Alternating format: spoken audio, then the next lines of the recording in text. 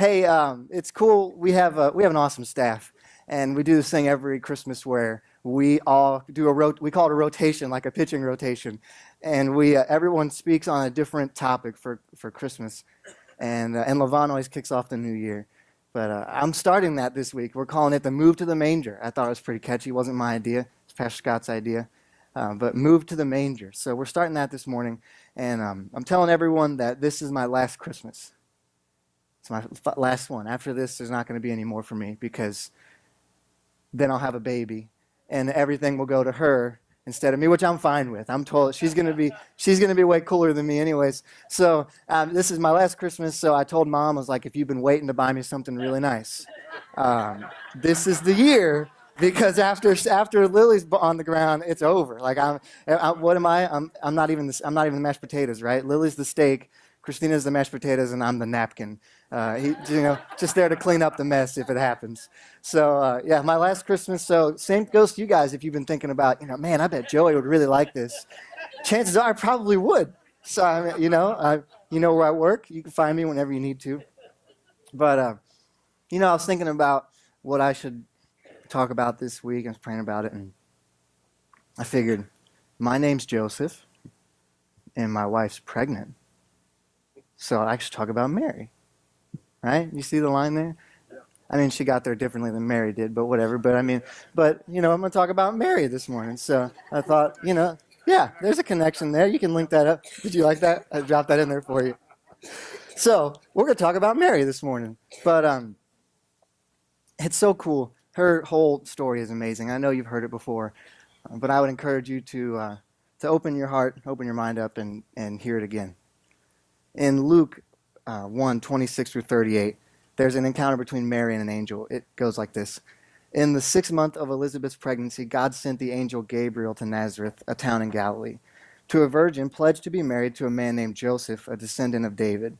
The virgin's name was Mary. The angel went to her and said, "Greetings, you who are highly favored, the Lord is with you." Mary was greatly troubled at his words and wondered what kind of greeting this might be. But the angel said to her, "Do not be afraid, Mary, for you have found favor with God. You will conceive and give birth to a son, and you are to call him Jesus. He will be great and will be called the Son of the Most High. The Lord God will give him the throne of his father David, and he will reign over Jacob's descendants forever. His kingdom will never end." "How will this be?" Mary asked the angel, "since I'm a virgin?" The angel answered, "The Holy Spirit will come to you, and the power of the Most High will overshadow you. So the Holy One is to be born will be called the Son of God. Even Elizabeth, your relative, is going to have a child in her old age, and she who was said to be unable to conceive is in her 6th month. For no word from God will ever fail." "I am the Lord's servant," Mary answered. "May your word to me be fulfilled." Then the angel left her. So it seems like a pretty short, the Bible's big, right? A lot of words in the Bible. And it seems like a pretty short little passage, but there's just layers upon layers in here. So let's start peeling them off, right? So first off, I want you guys to know about the way that people were engaged back then. So it's different than the way we do it now. And what I mean by different, I mean it's way more serious. So Leah is engaged. She's engaged to this guy I met at softball that I, for some reason, invited to church, and now he's marrying my sister. So, what's the moral of that story? I don't even know, right? Kids don't invite people to. I mean, no, I'm joking. He's great, whatever. But seriously, I like him. But I tell him all the time, jokingly. I tell him, "Hey, it's not too late to get out." I'm just saying, like, it's not too late, and he'll be like, "Oh," and he'll nudge me back, and we laugh about it. But back in the day, it was too late. Okay, so let me explain. I was doing some research this week, and I was looking up. I was like, "Oh, what does this mean?" It says that she's being held basically for Joseph. They're not married yet, but they're basically what we would call engaged, and it means that. So it's cool. They would have basically a ceremony, right? There would be a payment made, and then there would be like 2 witnesses, and they would recite vows to each other to be engaged. And then they would be engaged for like around a year, maybe a little less, which, gosh, that's a long engagement, but whatever. And then they wouldn't be married until they consummated their marriage, right? So there's a period in there where they're set aside for each other, but they're not completely married. You guys follow me? So the reason that's important is because the traditions of the day matter for the story of the time, right? It totally matters because this isn't, it's really, really bad to break that engagement. Really, really bad. It's a stigma that you couldn't get rid of. It's a big deal. So that's a big deal because, let's be honest, Mary's got to go to Joseph and tell Joseph that she's pregnant. And then she's going to say, but I'm a virgin. And then Joseph is going to be like, sure. Right? I mean, let's be, they're humans. Don't forget they're humans. And I mean, that would be hard to believe, right? Just easy to say, it'd be hard to believe. Now, the Joseph side, I'm not talking about Joseph today. He's just the napkin today. But, he got a dream as well. But it's important because there's a lot at risk here for Mary. She could lose it all, honestly. And another thing that we got to talk about Mary before we move on is that, and don't freak out, but she was like 12 or 13. And that sounds really young, and because it is, but back in the day, that was kind of the age gap. So Joseph is in his like late 20s, early 30s, and then Mary's they take guesses between 12 and 14. Nobody knows exactly, but either way, young. And that's a big deal. And I want to stop there for a second, why that's a big deal. That's a big deal because somebody that young, not just someone that young, but a woman that young in that day. Sorry, ladies, it was just, that's how it was back then. It was just worse for you. I'm glad it's better. But a young woman is going to change, the world's going to be changed through her. And I love how God works because he doesn't come in, riding on a big horse and coming in to conquer people. He's going to bring his son to the world in really basically the most vulnerable way possible through a young woman. And the way she reacts is just awesome. She asked one question. And if I would ask so many more questions if I was her. Like if an angel came to me, if I was a lady, and an angel came, because if it was just me, I'd ask a ton of questions. But if I was a lady and an angel came to me and said, hey, you're going to have a baby, it's going to be God's baby, I would just be like, okay, we need like 3 hours. I just need you to answer, rapid fire, every question, just answer it. But she asked one question. She, the elephant in the room question. Well, how's that going to happen? Because I think she knows she doesn't meet the prerequisites to have a baby, right? I think she knows that it doesn't work out that way. And I love that God does it this way because you know what? He could have had Mary's and Joseph's child be what he wanted, what Jesus was, right? God can do whatever, he can do it however he wants. But Jesus doesn't have an earthly father. And I think I know this why. Part of my job as a youth pastor is I go to kids' sporting events, I go to their plays, their musicals, whatever it is that they do. I try to go and see them doing it because it's awesome. I love watching them, have a good time and succeed. And even when they don't succeed, it's still fun to be there and hang out with them because I love them. I care about them. And I've noticed something, okay? I'll go to these events and then there's a mom and a dad there. And mom is sitting there and she's telling her kid, if the kid's playing, she's saying, hey, be a good sport, treat other people the way you want to be treated, all that stuff. And then dad's over on the other side and he's going, you better light that kid up.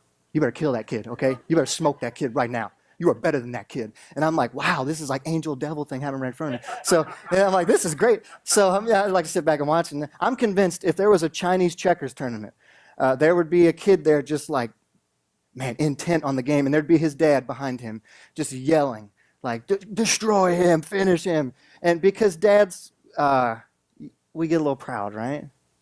Y'all get a little proud of your kids? That's okay. It's okay to be proud, but sometimes dads like to live through their kids a little bit, right? Maybe just a little bit. Sometimes dads like to live through their children a little bit. And could you imagine if someone could say, if an earthly person could say that Jesus was their son?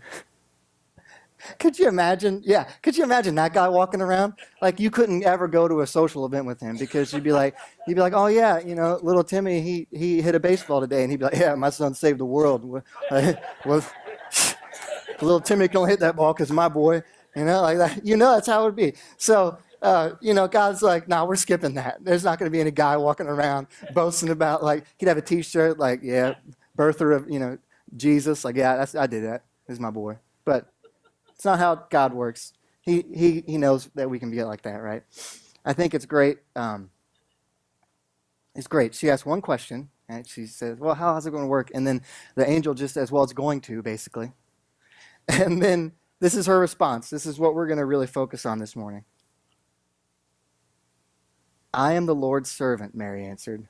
May your word to me be fulfilled.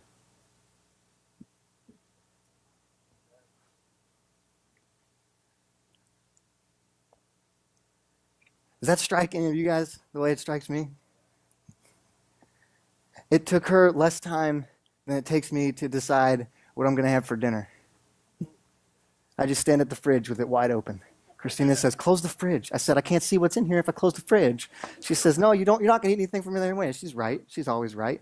So I end up just standing there with the fridge open, wasting the power. We need one of those refrigerators that you can see through. You can, yeah. I'm getting this right now. Like, no, it's not going to happen. But that would be great. But one line response, I am the Lord's servant. May your word to me be fulfilled.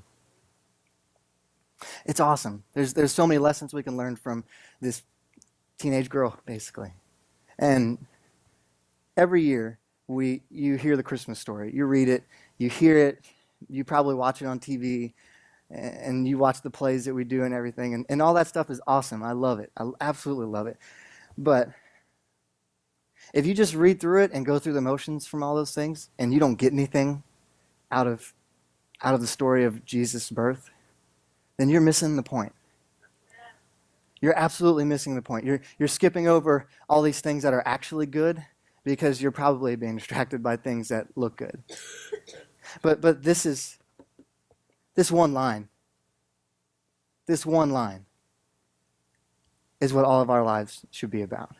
So, come up with a couple of points, I'm thinking, looking from the story from Mary's life, on how we can submit ourselves to God. Submit's not a nice word, right? People don't submit. That means I have to give up. That means I lose, right? Because when you say submission to me, I think, well, some guy getting choked out in an octagon, right? That's what I think. First thing I think is like, oh, he got submitted. Like, tap out, bro. It's over. You're going to get knocked out. Don't die. But that's not what I'm talking about. So not that kind of submission. I'm talking about a voluntary giving up. That's what it is. It's giving in. And you say, well, I'm supposed to fight. I'm never supposed to give in. Like, well, sometimes giving in is the best thing you can do.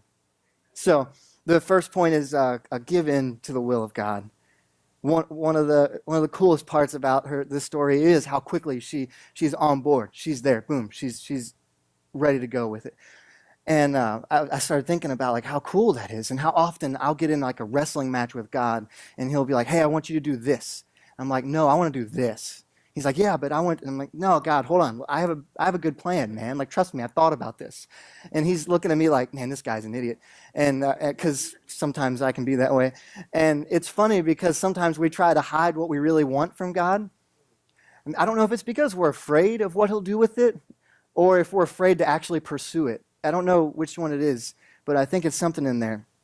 And I was writing this up this week, and it made me think of this song lyric, because everybody at some point has tried to hide something from God, tried to hide what they really want to do from God. And there's this song, and it's about this guy he's trying to hide himself, and he describes his transparency, like, because God can see straight through him, as a screen on his chest. And he's like, I don't know why I try to lie. Like you can read me just like a TV. Like, it's awesome. And because there's nothing you can hide from God, okay? You just can't. You can't hide your first reaction. You can't hide that from God. And to be honest with you, He doesn't want you to, and it does you no good. So even if you're angry, even if you're confused, even if you have a question, be that. but don't try to hide yourself from God. He's going to get to you one way or the other. That's how he works. I remember I watch a lot of Cops. Not like in real life. I don't stalk police officers. What I mean is I watch the TV show Cops a lot. And have you seen Policewoman of Cincinnati? I know it's old, but I just got onto the show. It's pretty great. I'm like, hey, I know that street. Oh my goodness, someone got shot on that street. And but I watch a lot of Cops. And you know how they do the sting operations, where like they'll have a undercover informant or whatever they call them go in and they'll like buy drugs or something, and then they'll go in and they'll bust the dealer. You guys know what I'm talking about? Have you seen that?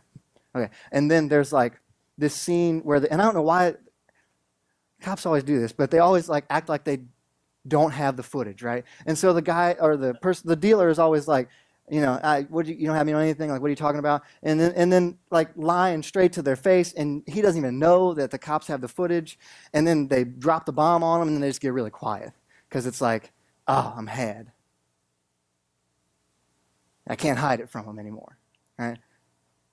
Well, we can't hide anything from God. He's already got the footage. He's seen us from the beginning. There's nothing we've hid from him from the start. And so us trying to fight or go against his will for us is only hurting you. It's hurting you and the people around you that care about you, because we can do nothing without him. Apart from God, there's nothing. And that's what, you know, that at the end, you either get God or you get not God. You get God or you get not him. And without him, there's nothing. John 15:4-5, it says, "Remain in me as I also remain in you. No branch can bear fruit by itself. It must remain in the vine. Neither can you bear fruit unless you remain in me. I am the vine and you are the branches. If you remain in me and I in you, you will bear much fruit. But apart from me, you can do nothing." How much is nothing? Yeah, nothing. Zero. So give in. Stop fighting. Stop struggling against him. Stop it. And then live the decision you made. So I'm going to hijack Pastor Scott's 5 frogs on a log thing. You guys remember that? He says 5 frogs on a log, 4 decide to jump off. How many are left? All of them, because none of them have actually jumped off. Right? Your decision you make is very different from you putting actions behind your decision. That's just the truth. I'm sure most people wake up and want to do good things. They don't want to wake up and hurt people or hurt themselves or do anything wrong. But sometimes life ends up that way. So live out your decision. This is something that we don't have a ton of like documentation on for Mary. The Bible kind of jumps straight to, we have the birth of Jesus, and then you hear about him when he's like a teenager, like one time, and then his ministry. And so there's a big gap in there where Mary is raising her son. And I'm going to go ahead and say that there are probably some people talking, right? There's probably some people talking. I can hear it. I can imagine it. How can you believe how dumb Joseph is that he bought her lies? Can you believe that she did this to him? Things like that. People spreading gossip. You wouldn't believe it, but gossip. People do that. You guys don't, but I know that people do that. And I can't imagine. Sometimes it would be so difficult, because I don't think she ever wavered. I think she knew, but nobody else had that kind of conviction about it. And so it would be so difficult to sit there and have people tell you you're wrong when you know that you're not. And she's sitting there, and remember, there's like, Jesus isn't performing miracles when he's 15. He's just a 15-year-old. Right. So it's not like people are looking at him and going, well, he's not that much different than my kid. And they have to live with this. I mean, I've talked about it before, but like Joseph dies before Jesus does any of his miracles. So at some point, it's Mary raising Jesus and siblings on her own. It would be so difficult. Imagine how easy it would be to quit. Just to hang it up and say, no, this isn't worth it. This is too difficult. The whole Christmas story, the whole Bible story, basically all of it, it comes down to people's individual decisions. It's cool how it comes down to one person saying that, no, I'm going to stick to what I believe. I'm going to stick to what I know is right. One person to submit their will to God. It's cool how it works that way. She's pretty stubborn, right? She doesn't quit. She won't do it. And I don't know what you guys are fighting. I don't know what you're struggling with this morning. And I know the Christmas story feels a million miles away because it happened so long ago. But whatever you're dealing with, whatever it is that you feel like you're fighting, that you're having to go through, God's on your side. He wants you to be right next to him. He doesn't want you to be away from him. I've told you the story about the bench seat in the truck and the guy's driving. When him and his wife were younger, she'd sit in the middle seat. That's why I got a bench seat in my truck. I love when Christina sits in the middle seat. And she'd sit in the middle seat, and they got older, life goes on, and she started sitting in the passenger seat all over there. And she looks at him one day, and she says, "Oh, how did we get so far apart?" And he says to her, "Well, honey, I wasn't the one that scooted away. God's the driver. We're the passenger." God's not the one that moves away. We do that. We do that. So whatever you're struggling through, it's going to be worth it in the end. Okay? It might not feel like it now, but trust me, we've been through some struggles, not as many as most, but some, and it'll be okay in the end. Amen. And then third, persevere through your trials. It's going to happen. Bad things are going to happen. There's nothing we can do about it. It just is. And I was thinking this week, I was thinking about the death of Jesus. And I was thinking about Mary involved with it. And it's cool because Jesus is all of our saviors, right? Okay, so he's our savior, he's your savior, he's mine. But to one person in the entire history of the world, just one, he's a son.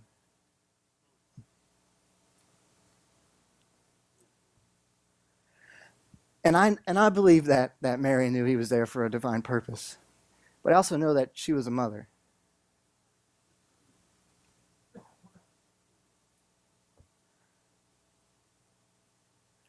And I couldn't imagine how difficult it would be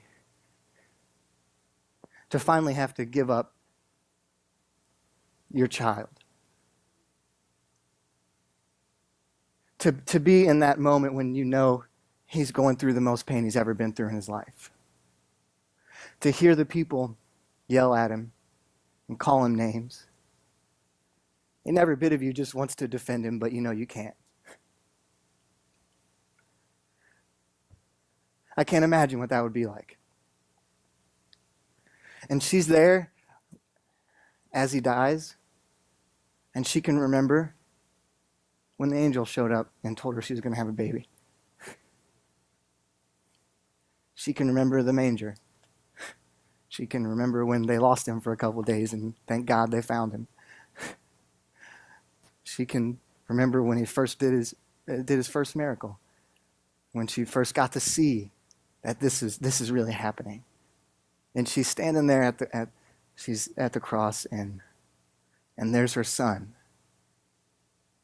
It's her Savior too, but it's her son. And she sees him pass. And I think it's awesome because you know how many people ran from Jesus after he got arrested? How many people bailed on him? People that said they were going to be there to the end. People that said they would die before they'd leave his side. But not his mom. She never left him. Something cool about the way God is wired into moms. Because dads are great. I love you, dads. Is my dad here? Is he here? Oh, man, okay, I can't say that then. Never mind. But I love dads. Dads are great. Dads are great. But there's something special, that connection that a mom has to her kids. And it's cool. It's cool how it works. And we can see it at the end of Jesus' life when Mary's right there. She's not going to leave him because she's in it for the long haul. She didn't sign up for a 3-week deal, and then now her shift is over, and she's going to turn over to somebody else. That's not how it works. She's in it. She's in this thing for the long haul. John 19:23, it says, near the cross of Jesus stood his mother. My dad always says if I shot someone and then came home and told my mom, she'd say, oh, it's not that big of a deal. We'll work it out. I'm sure that guy was wrong. I mean, he couldn't have been right because you shot him. So, I mean, but Mary chose to submit herself to the will of God way back when she was a teenager. And now she's, what's 13 plus 33? 46? Yeah. Quick math. I got that. Yeah. She's middle-aged. Right? She's older now. But she's still steadfast on her commitment. She's not backing down now. Especially not now. Not after everything that she's been through. Imagine if we could submit ourselves like that to God. If we could model our submission to God after Mary's. From the first time she was asked to do something to the very end, she's there. Imagine how many lives we could change if all of us were making that decision. It would be amazing. We wouldn't even be able to contain what would happen. And I found this little illustration thing. I'm going to end with this. I think it's good. We'll see. But it has to do with submission, with understanding who's in charge. The captain of a ship looked into a dark night and he saw some faint lights in the distance. Immediately he told his signalman to send a message. Alter your course 10 degrees south. Promptly a return message was received, and it said, alter your course 10 degrees north. The captain was angered by this because he had been ignored. So he sent a second message. Alter your course 10 degrees south. I'm a captain. And another message was received. Alter your course 10 degrees north. I am a radio man. Immediately the captain, he's irate. So he pushes the radio man out of the way, sends a third message, and he says, alter your course 10 degrees south. I am a battleship. And immediately he gets a message back, and it says, alter your course 10 degrees north. I am a lighthouse. In the midst of our dark and foggy times, all sorts of voices are shouting orders into the night, telling us what to do and how to live our lives. Out of the darkness, one single voice, something quite opposite of the rest, something almost absurd.